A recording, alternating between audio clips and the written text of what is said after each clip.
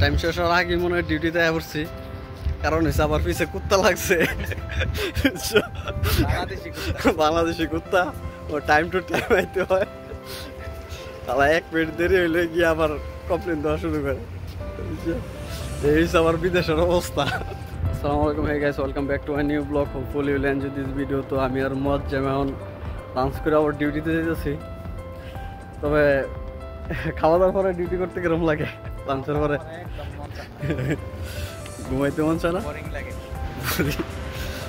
তো রোদের মধ্যে প্রত্যেকদিন আইটা যাইতে হয়, এটা খুব কষ্টের।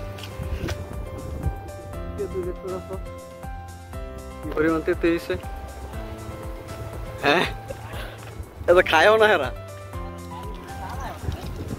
হ্যাঁ কাঁচা হয়ে তেঁতুয়ে ভরা। আমি সেদিন একটা খাইছিলাম, বিশাল মিষ্টি।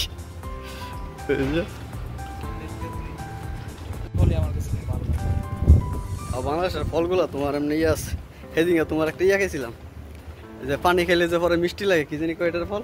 পানি খাইলে মিষ্টি লাগে, এই যে সবুজ কালার ইয়া কালার আছে, আমলক্ষী। তোমার এই দেশের আমলক্ষী তোমার কেরকম জানি মিঠা লাগে, মানে বাংলাদেশের একটা কড়া একটা ইয়া লাগে না, এটা তোমার মিঠা লাগে। আর পেয়ারা কিন্তু এই দেশের পেয়ারা আছে, বাংলাদেশের পেয়ারা অনেক মজা লাগে, বেশি মিষ্টি বেশি। ফল ফলাদের দিকটা বাংলাদেশেরটাই ঠিক আছে, ভালো লাগে। তরমুজ খাইছো? তরমুজ খাইছি।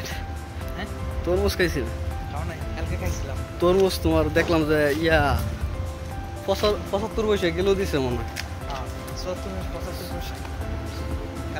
স্যালারি আইলে কালকা পরশু তোমার 10 কেজি তরমুজ পেয়ে যাবো। 10 কেজি? 10 কেজি এটা ইয়া পাওয়া যায় তোমার, তো এটা ইয়া তো 10 কেজি পাওয়া যায়, 8 কেজি 10 কেজি এরকম হইতো আর আস্তা।